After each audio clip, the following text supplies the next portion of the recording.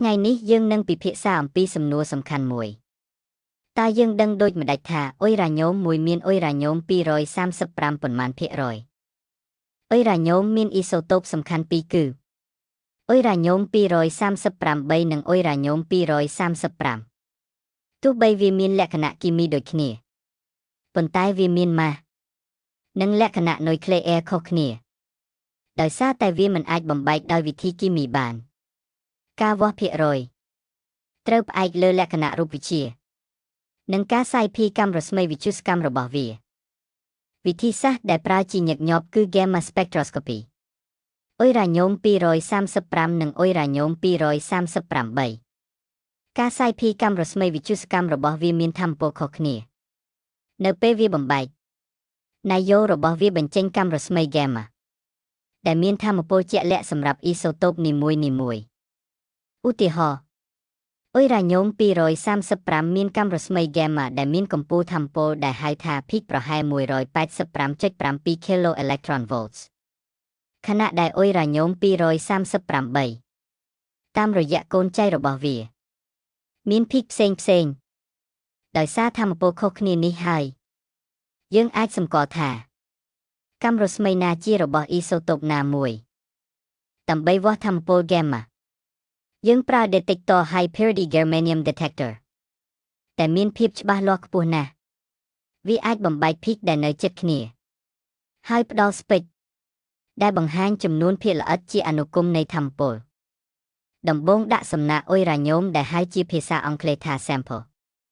នៅជិត detector បន្ទាប់មក detector វាស់កម្មរស្មី Gamma ហើយបង្កើតជា spec Gamma នៅលើ spec នោះយើងស្វែងរក peak ដែលតំណាងឲ្យអុយរ៉ាញ៉ូម235និងអុយរ៉ាញ៉ូម238បន្ទាប់មកគណនាផ្ទៃក្រោម peak ដើម្បីដឹងពីបរិមាណរបស់អ៊ីសូតូបនីមួយៗបន្ទាប់ពីយើងវាស់ spec Gamma យើងរកបានផ្ទៃក្រោម peak របស់អុយរ៉ាញ៉ូម235និងអុយរ៉ាញ៉ូម238បន្ទាប់មកយើងគណនាសមាមាត្រដូចនេះសមាមាត្រស្មើចំនួនភាគល្អិតក្រោម peak របស់អុយរ៉ាញ៉ូម235ចែកនឹង efficiency របស់ detector ទាំងអស់ចែកនឹងចំនួនភាគល្អិតក្រោម peak របស់អុយរ៉ាញ៉ូម238ចែកនឹង efficiency របស់ detector បន្ទាប់ពីបានតម្លៃសមាមាត្រយើងបំលែងទៅជាភាគរយបន្សុទ្ធដូចនេះភាគរយអុយរ៉ាញ៉ូម235ស្មើតម្លៃសមាមាត្រចែកនឹង1ពុកតម្លៃសមាមាត្រគុណ100ឧទាហរណ៍ទី1បើសមាមាត្រស្មើ 0.007 ភាគរយបន្សុទ្ធស្មើ 0.007 ចែកនឹង 1.007 គុណ100លទ្ធផលប្រហែល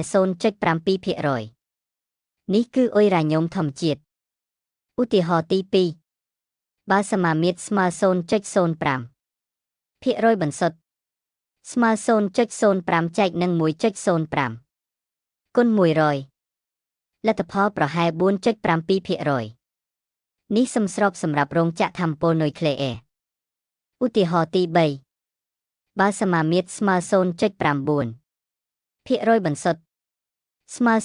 0.9 ចែកនឹង 1.9 គុណ100លទ្ធផលប្រហែល 47 ភាគរយនេះជាកម្រិតខ្ពស់ដែលបង្កការព្រួយបារម្ភយ៉ាងខ្លាំងបើសមាមាត្រកើនភាគរយអុយរ៉ាញ៉ូម235ក៏កើនដែរសមាមាត្រគឺជាគន្លឹះដែលបំលែងទៅជាកម្រិតនៃការបន្សុទ្ធដែលពិភពលោកប្រើសម្រាប់វាស់សុវត្ថិភាពនិងតូលាយភាពអំណាចបើអ្នកចូលចិត្តមាតិកាវិទ្យាសាស្ត្របែបនេះសូមចុច like និង share ដើម្បីគាំទ្រ channel នេះហើយកុំភ្លេច subscribe និងចុចសញ្ញាកណ្ដឹងដើម្បីមិនខកខានវីដេអូថ្មីៗអរគុណសម្រាប់ការគាំទ្រ